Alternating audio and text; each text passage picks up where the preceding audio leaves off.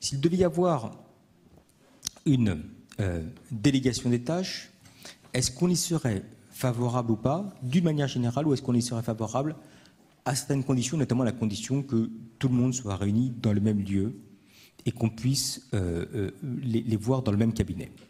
Premier aspect, on a le sentiment qu'on accepterait que certaines tâches soient réalisées par des ophtalmos, comme des examens de vue, qui soient délégués à différents professionnels, qui soient les suivants. Les optométristes, la réponse est oui à hauteur de 75%, mais vous le voyez, on souhaite qu'il puisse y avoir un lien important, physique, entre les ophtalmos et les optométristes qui doivent être dans le même cabinet, pour 43%.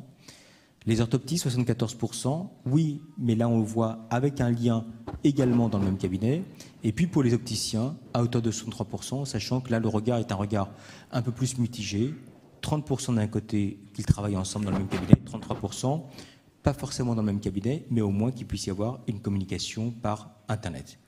Donc la césure qu'on avait pu voir apparaître tout à l'heure entre les opticiens d'un côté, les autres acteurs de l'autre, a tendance, on le voit, dans ce contexte-là, à être un peu moins nette. Quelles sont les conséquences que l'on peut anticiper?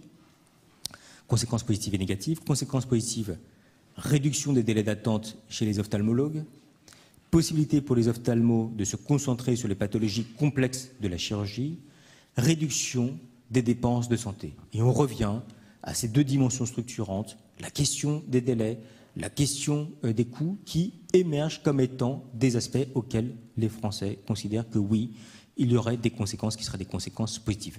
Si on essaie d'anticiper les conséquences négatives, quelles pourraient-elles être? C'est la complexification et la détection de pathologies oculaires lourdes, c'est la complexification du parcours de soins, et là aussi, la mise en place du médecin référent est passée par là et a marqué assez nettement les Français. Sentiment de manière un peu moins nette qu'il y aurait une dévalorisation de la profession d'ophtalmologue, et enfin, le sentiment mitigé qu'il y aurait une détérioration de la qualité des soins.